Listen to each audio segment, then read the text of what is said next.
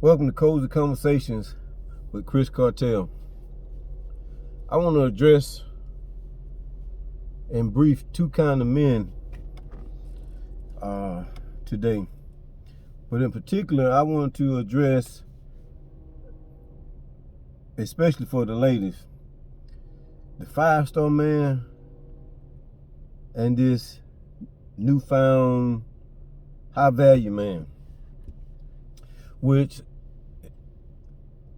supposedly all the women are chasing after this so-called high value man, which from my understanding is a man that predominantly makes six figures, or he has to at least make six figures, or $100,000 or more, or at least $100,000 a year.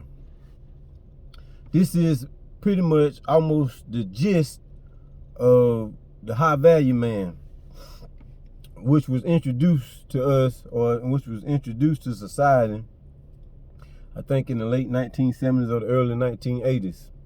So really he just come about, but it's always been men making $100,000 or at least six figures a year, even before this concept about the high value man was introduced. And we know that for the most part, this man that makes six figures or more, or at least six figures a year, is his availability is scarce. That there is not a high availability of this particular individual that makes six figures a year or more, which is deemed as or called a high value man. But what I think and what I would advise you ladies to do, or to be at least searching for or looking for, is the 5-star man.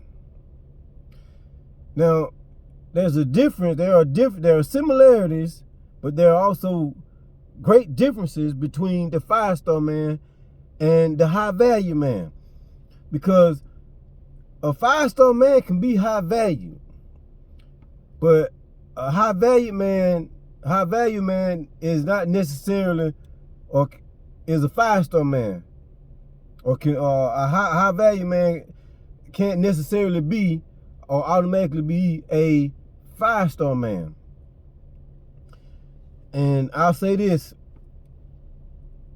in terms of the 5-star man: what you women should be looking for, if you really want a man and you desire to have a man, as opposed to chasing this this dream man, or this man that wherein there's only 6% of the men in America. Maybe it may be 7% now. Maybe the percentage may be a little higher now.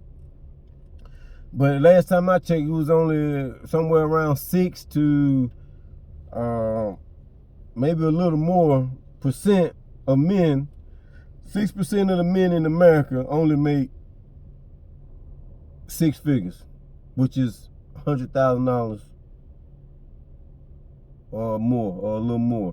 But six figures, which is basically $100,000. But what you need to do, and what I would advise you women to do, is look for a 5-star man. Or these are just 5 things that you should look for in a man when you consider dating this man, courting this man, being with this man, having a relationship with this man, or any of the sort that is, and may involve having a committed relationship with this man. First, you should look for, or you should ask the question: does this man have an income? Is he making money? Does he have a job? You know, because if he doesn't have a job, he doesn't have any income in, then he's going to be lacking a lot. And really won't be no need to go on to the next characteristic, or the next asset that you should look for in a man, as far as him being a 5-star man. But first, he should have income. He should have a job of some sort. Because if he don't have a job, he don't have an income, he don't have money coming in, how is he feeding himself? How is he buying his clothes? I mean, he doesn't have any financial viability. He doesn't have a financial life at all. If he doesn't have any income coming in, or if he doesn't have a job, you at least want him to have some kind of financial viability, some kind of financial life. He has to have that. He needs to have that. Or he should be striving for that, or to secure that. Because, I mean, if he don't have no money and he want to take you out on a date, how are you going to take you out on a date? You going to pay for the date? Well, I mean, that's fine if you will and if you can.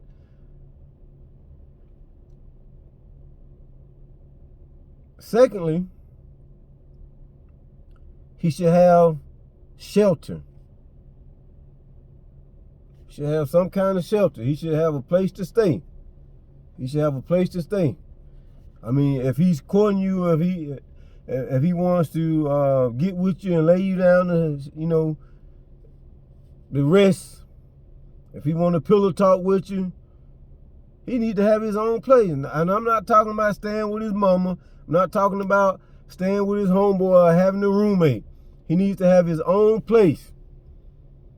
Unless y'all plan on, I mean, if you gonna be in a relationship with a man, if he doesn't have his own place, where you gonna stay at? You gonna stay at your place, or you gonna stay with him and his homeboys, or his roommate, or his mama, or his dad? He's staying with his mama, or his dad, or his auntie. So now you got to be, or now you got to be subjected to them hearing you moan and groan if y'all doing anything in the bedroom, or you got to be subjected to his homeboy or his roommate looking at you sideways because he done heard how you moan and groan.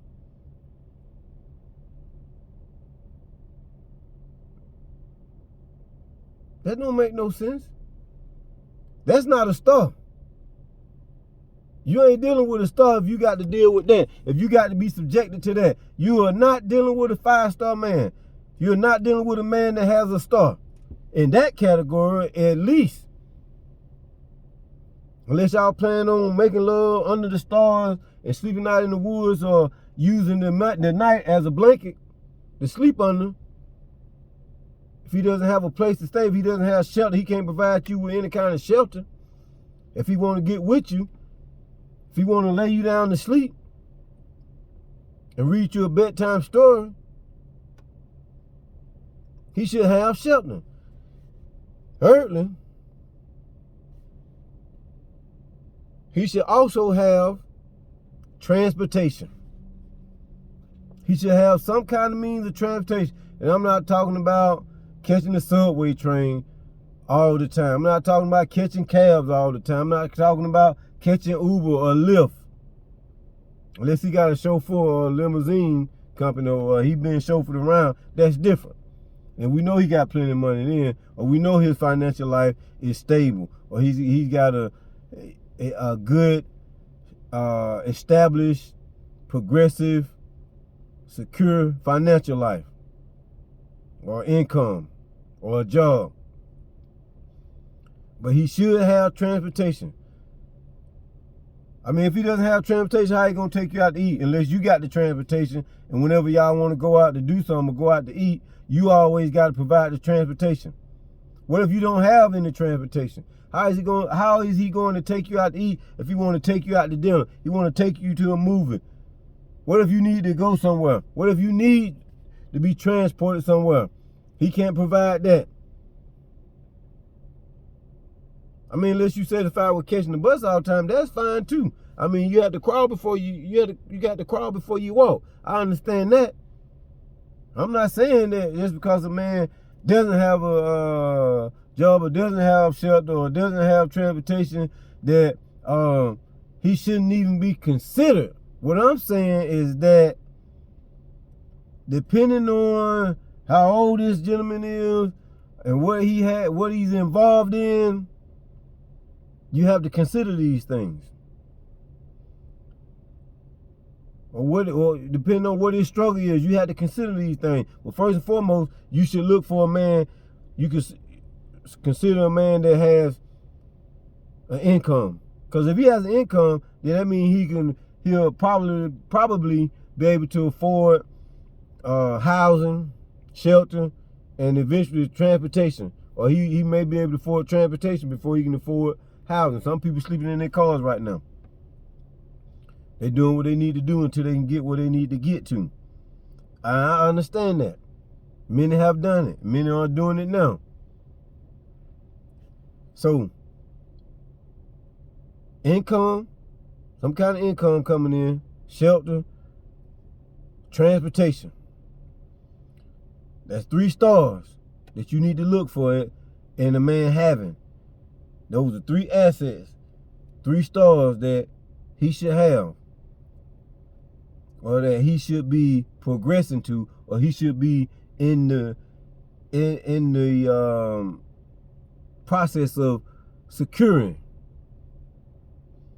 Number 4, he shouldn't have any vices or any kind of pastimes or habits that would dictate his decision-making process in an adverse or a negative and illogical way.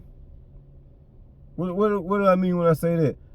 Take for instance, some of these guys, some of you women too, we'll get to you later. Some men or some guys, they like to gamble, or they have pastimes. They like to hang out with the homeboy. They may like to smoke the motar, the weed, the ganja. They may like to drink. They may like to gamble. They may like to shop and buy clothes and go out to the club a lot. What I'm saying is, whatever the habits or the vices or the pastimes that this man has, if he's allowing any of these pastimes or habits or vices to dictate his decision-making process, he does not have a star, and you need to withdraw, refrain from engaging this man. Because I'll give you a prime example. Some guys, it's about prioritizing. Some people will, instead of paying their light bill, the whole entire light bill, they may put some on the light bill and use the rest of the money to go buy some weed, or to go buy some beer, or to go out to the club and hang with their homeboys, or to go buy some clothes, or go shopping, or to go gamble. See, that's someone that doesn't have their priorities in order, and they're allowing their vices and their habits or their time pass or pastimes to dictate their decision-making process in an adverse and negative way. And you don't want to be involved in that, because then you'll become an enabler.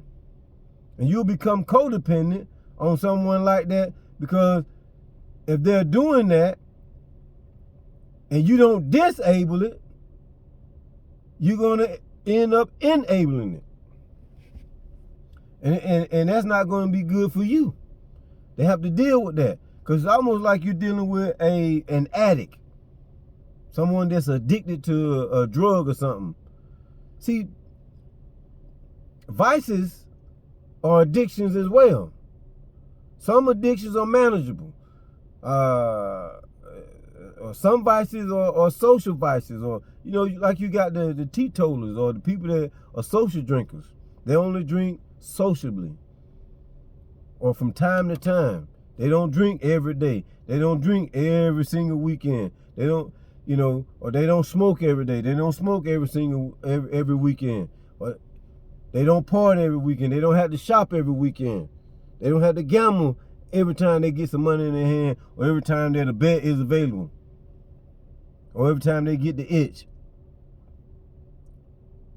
So make sure that the man that you are dealing with, whenever you start to deal with a man, and then you considering making any kind of commitment with this man or being with this man, that he does not have any vices, any habits Excuse me, it's kind of cold outside. He doesn't have any vice or any kind of habits that will dictate his decision-making process in an adverse or negative way. And number five, which there are actually 10 assets or 10 things that you should look for when dealing with a man or when considering having a relationship, a committed relationship with a man, as far as a healthy relationship and a progressive and a viable relationship and a promising relationship with a man. Number 5 is that he must be heterosexual. He must be heterosexual. If he's not heterosexual, then you can forget the rest of them. I mean, the rest of them don't even really count. Because in order to be a 5-star man, you must be heterosexual. This is a very key and critical component that is a necessary component to being a 5-star man. And this is one of the, and this is why I'm saying that there's a difference between a 5-star man and a high value man. The 5-star man can be high value, but the high value man is not necessarily a 5-star man. And why do I say that? Well, a lot of these so-called high value men, a lot of them are corporate. When this high value concept was introduced to society, it really centered around men who were in the corporate world. Or men who had a certain, level of education, who were actually probably college educated and they were making 6 figures. And one of the differences between the 5-star man and the high value man, which separates the two, is that a lot of these high value men are homosexual. Oh, did I say that? Or bisexual, or whatever you want to, a bisexual. Let me say that. They go both ways. They deal with men and they deal with women. And some of you women accept that. As long as y'all can get a piece of the pie, you'll accept it. So that's the difference that's one of the major differences between the high value man and the 5-star man. See, a 5-star man can make 6 figures, 7 figures, 8 figures. You see? But if he's bisexual, he doesn't have that star, so he can never be a 5-star man. He's just a high value man. Someone that's highly valued based upon the money that they're making. That's the highest value that they have, is the money they're making. It doesn't necessarily mean they have high standards, or their values are high, or they have high morals, their moral standards are high. It don't necessarily mean that when you say a high value man. Because some of these guys out here fruity pies. They're supposed to be high value men. And if they fruity pies, they are not men. A gay male is not a man. Now I hope I don't get canceled for this. But I can't be canceled. I can't be canceled. And I don't follow the dictates or conform to the dictates of trends in fashionable society to the point where whichever the way the wind blows, that's the way I go. Or whatever the current is, that's the current I'm on. You see? Just because it's trendy don't mean it's offended. So think about that when you start considering or looking for this man that you would like to make a commitment to or have some kind of committed relationship with. And remember, these are the 5 things that you women should look for in a man, a 5-star man. This is the 5-star man, and he been around for a long time. And the 5-star man don't have to make $100,000 or don't have to make 6 figures a year. It's not necessary. And according to statistics, it's only 6%, 7% of men in America that's making 6 figures. And to be honest with you, depending on your lifestyle, $100,000 or 6 figures is not a lot of money. I know, to be making a year.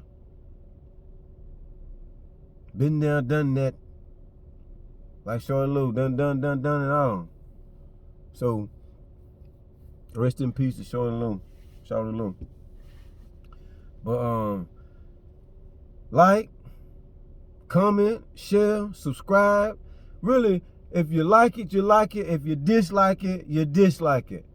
But as long as it's some kind of like involved, like it or dislike it. But I wouldn't advise you to dislike it. I would advise you to get like it.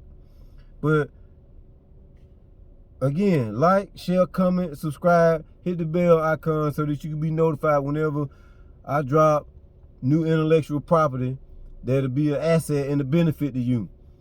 But there are also 5 other assets that you should look for in this 5-star man, which are nothing but pluses.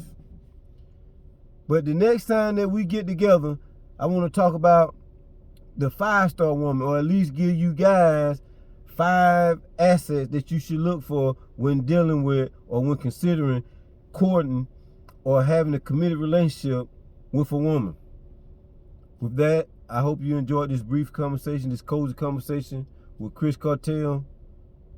Until the next time, to be continued.